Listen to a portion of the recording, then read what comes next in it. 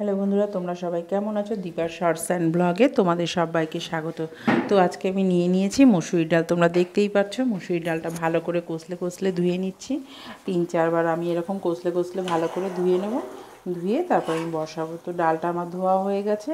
এবার আমি দিয়ে দিচ্ছি কেনা জল। আমি কেনা জল দিয়ে মসুরির ডাল সেদ্ধ করি। মসুরির ডাল কেন, যে কোনো ডালই আমি কেনা জল দিয়ে সেদ্ধ করি, কারণ তাহলে ভালো সেদ্ধ হয়। এবার আমি গ্যাসটা ধরিয়ে নিলাম।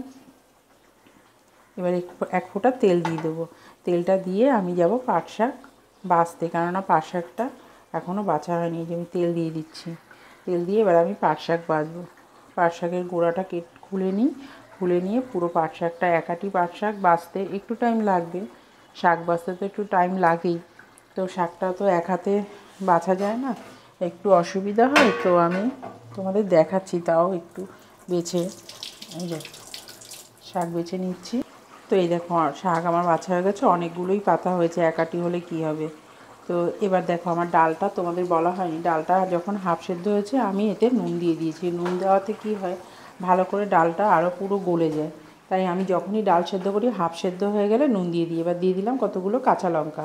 আমি একটু ঝাল বেশি খাই, তাই আমি একটু বেশি লঙ্কাই দিলাম। তোমরা তোমাদের প্রয়োজন মতন দেবে। দিয়ে দিলাম হলুদ।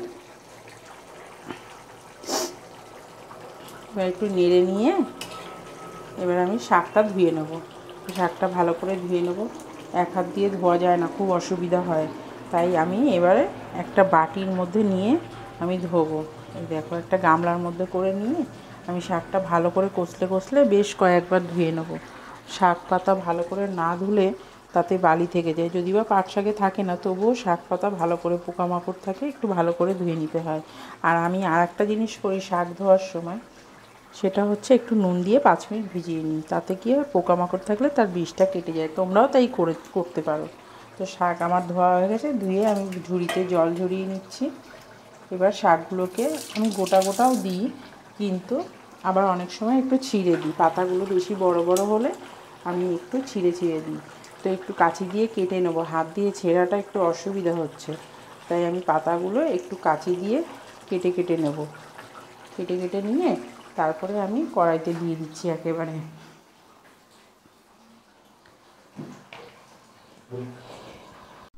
তো আমি শাকটা কাঁচি দিয়ে কেটে নিচ্ছি। কেটে নিয়ে আমার পুরো শাকটা কাটা হয়ে গেছে। এখন আমি দিয়ে দিয়েছি ডালের মধ্যে পুরোটা শাক। এবার ভালো করে নেড়ে নিচ্ছি।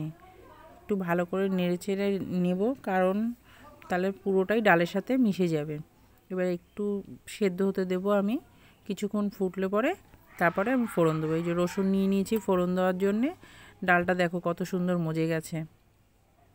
ভালো করে আরেকটু নেড়ে নিয়ে এবার আমি ফোড়ন দেব।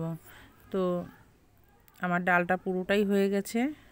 এখন ফোড়নে দেওয়ার জন্য আমি কড়াই থেকে ডালটা নাবিয়ে নেব। কড়াই থেকে ডালটা নাবিয়ে নিয়েছি। কড়াই ধুয়ে আমি বসিয়ে দিয়েছি। এই যে রসুনও থেতো করে নিয়েছি।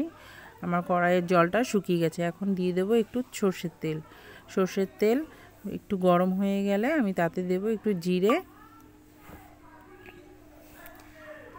জিরে দেবো, আর একটু শুকনো লঙ্কা দেবো। একটা শুকনো লঙ্কা আমি ভেঙে দিয়েছি। আর তাতে দিয়ে দেবো, জিরেটা ভাজা হয়ে গেলে দিয়ে দেবো রসুন। থেতো করে রাখা রসুনটা আমি দিয়ে দিলাম।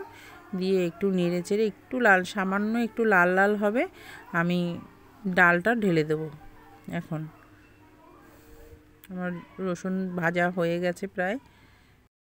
তো আমার রসুনটা প্রায় ভাজা হয়ে গেছে। এবার আমি বাটির ডালটা ঢেলে দিচ্ছি। ঢেলে দিয়ে আমি ভালো করে ডালটা নেড়ে নেব, যাতে পুরো ফোড়নটা ভালোভাবে মিশে যায় ডালটার সাথে। তো এইভাবে আমি পাট শাকের ডাল রান্না করি। তোমরা কে কেমনভাবে রান্না করো আমাকে জানিও। আর যদি আমার এই রেসিপিটা ভালো লাগে তোমাদের, অবশ্যই একটা লাইক শেয়ার কমেন্ট করে যেও। আর যদি খারাপও হয় তাও একটা কমেন্ট করে জানিও। তাতে কি হবে, আমার আগ্রহটা আরও বাড়বে। আর এই যেভাবে আমাকে সাপোর্ট করছো, আস্তে আস্তে আমার পরিবারটা একটু করে বড় হচ্ছে। এভাবেই তোমরা আমার পাশে থেকে আমার এই ইউটিউব পরিবারটাকে বড় করে দাও। তো দেখতে থাকো। এই যে একটু চিনিও দিয়ে দিলাম আমি, তাতে কি চিনি আর নুনের ব্যালেন্সটা ঠিক থাকে। ডাল আমার রেডি। তো তোমরা সবাই এভাবে করে দেখো। তো আজকের মতন এখানেই। ভালো লাগলে অবশ্যই একটা কমেন্ট করুন।